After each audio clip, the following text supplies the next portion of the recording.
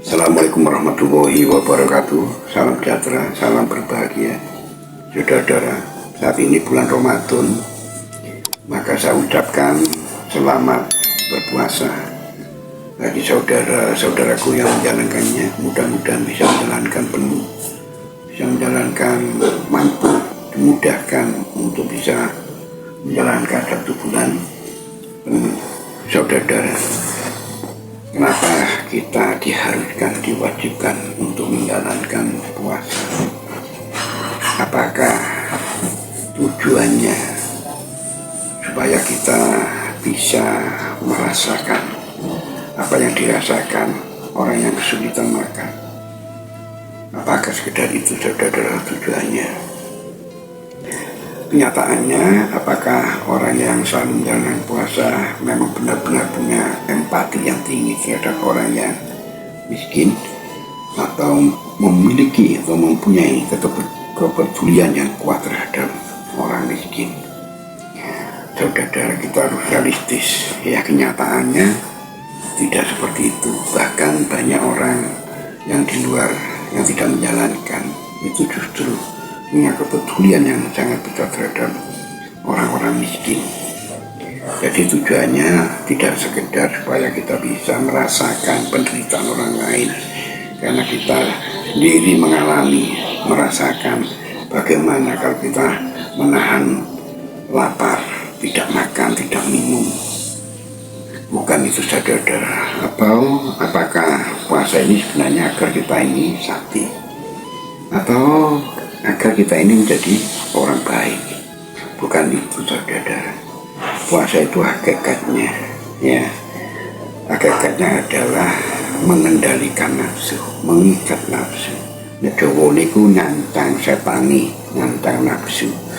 Karena itulah yang bisa menjadikan kita ini menjadi hamba yang bertakwa. Nah, kenapa kalau untuk menjadi hamba yang bertakwa harus berpuasa, harus mengendalikan nafsu?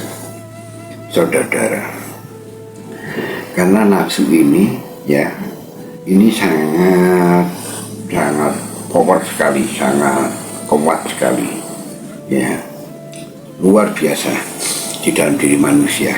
Manusia ini, kalau kita bisa beribadah, bisa makan, bisa bekerja, berusaha dan sebagainya, itu karena peran fungsinya hawa nafsu.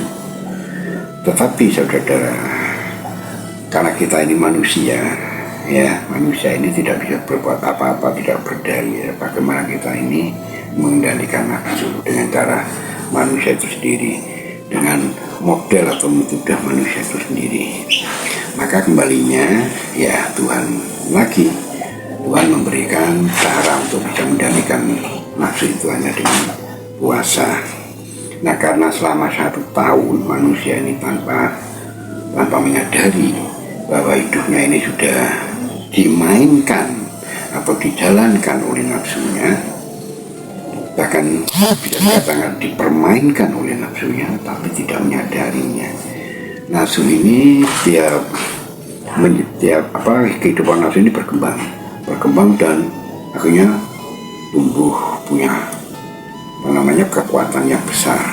Karena begitu tepatnya hawa nafsu ini tanpa disadari, hidupnya ini terus bereksis, ya, menjalankan hidupnya manusia tanpa disadari. Manusia kekuatannya dahsyat, sangat berdaya, sangat kuasa terhadap diri manusia, sehingga seakan-akan manusia, nafsu ini untuk manusia, untuk dirinya.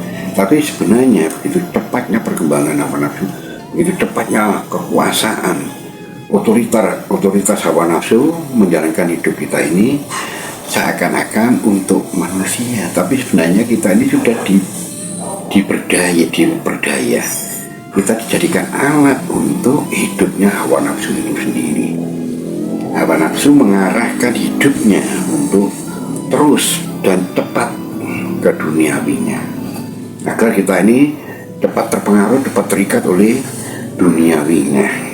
Maka ketika hawa nafsu ini menguasai dan menjalankan hidupnya manusia, atau sebenarnya menjalankan hidupnya sendiri dan berkembang begitu cepatnya. Akhirnya hawa nafsu itulah yang membuat hati kita ini tertutup.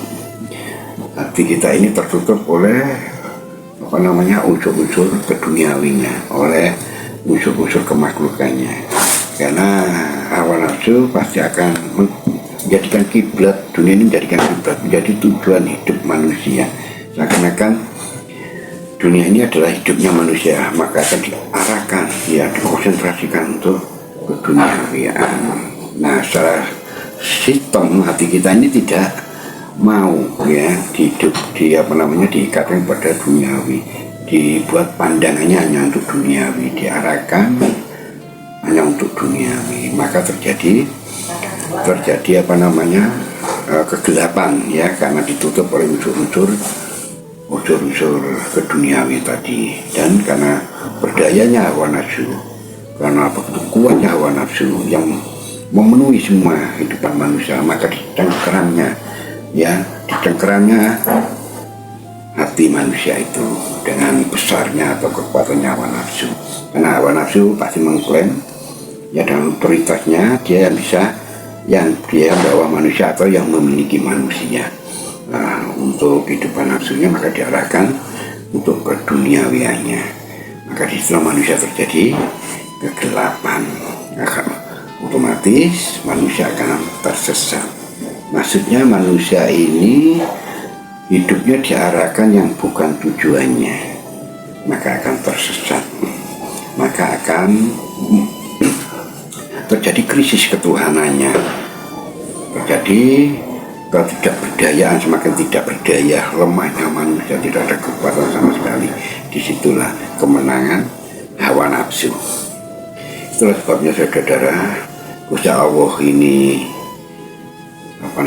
tidak mau ya hambanya atau ciptaannya atau kepemilikannya atau barangnya dikuasai oleh nafsu, akan disesatkan. Maka diperintahkannya manusia, diwajibkannya manusia untuk berpuasa. Nah, makanya makan halal tidak boleh, minum halal tidak boleh, ya hal-hal yang halal pun tidak boleh ketika orang menjalankan puasa. Kenapa? Karena apapun, tidak ada satupun kebutuhan kehidupannya nafsu ini dipenuhi. Nah, ketika satupun tidak ada kebutuhan nafsu yang dipenuhi, ya maka hawa nafsu itu akan benar-benar loyo seperti bunga yang tidak pernah disiram air sama sekali, tidak dipupuk sama sekali, maka akan jadi loyo. Nah, ketika loyo itulah hawa nafsu akan menyerah, karena memang hawa nafsu lemah, hawa nafsu sudah tidak berdaya untuk menjalankan kehidupan manusia, maka cengkraman yang di dalam hati manusia itu sendiri akan lepas.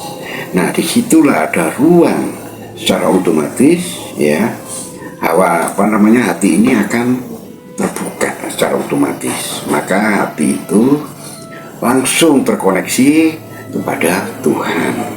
Maka disitulah Tuhan akan mengalirkan energinya, karena terkoneksi tadi akan mengalirkan energinya juga begitu cepat. Sebelum terlambat hawa nafsu bangkit lagi ya, maka disitulah akan dipenuhi oleh cahaya manusia itu sendiri. Maka akan semakin kotoran-kotoran manusia ini, kotoran manusia ini akan lepas. Di saat yang sama hawa nafsu juga tidak berdaya lagi, sudah tidak ada hari-hari untuk bangkit ketika bulan puasa itu, ketika manusia itu menjalankan puasanya. Maka disitulah hati ini akan menjadi bersih. Ketika hati ini bersih, tidak ada penghalang lagi, karena fitrahnya manusia ini adalah asalnya dari Tuhan, maka akan selalu terkoneksi dengan Tuhan, kembali kepada Tuhan. Maka disitulah manusia kembali pada fitrahnya yang hanya dipenuhi ya oleh pemiliknya, ya akan digunakan oleh pemiliknya. Maka manusia itulah manusia yang fitrah dengan penuh pencahayaan di dalam hidupnya. Maka manusia akan menjadi terlahir kembali ya dari keterpurukan, dari kegelapan. Maka disitulah sebenarnya kemenangan bagi hidupnya manusia.